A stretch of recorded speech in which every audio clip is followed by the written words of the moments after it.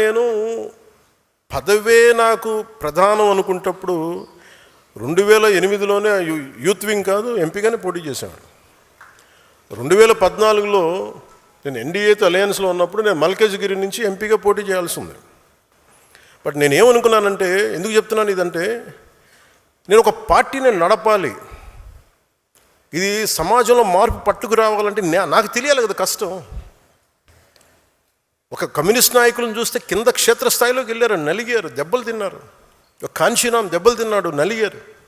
ఒక పార్టీని నడపడం ఏదో కూర్చోబెట్టి ఎదిగేయటం వచ్చేయటం పదవిలో కూర్చోవటం కాదు. ఎలా నడపగలం? ఒక సమూహాన్ని నీతో పాటు నడిపించాలని నీకు ఎంత సత్తా ఉండాలి, ఎంత అవగాహన ఉండాలి నీకు.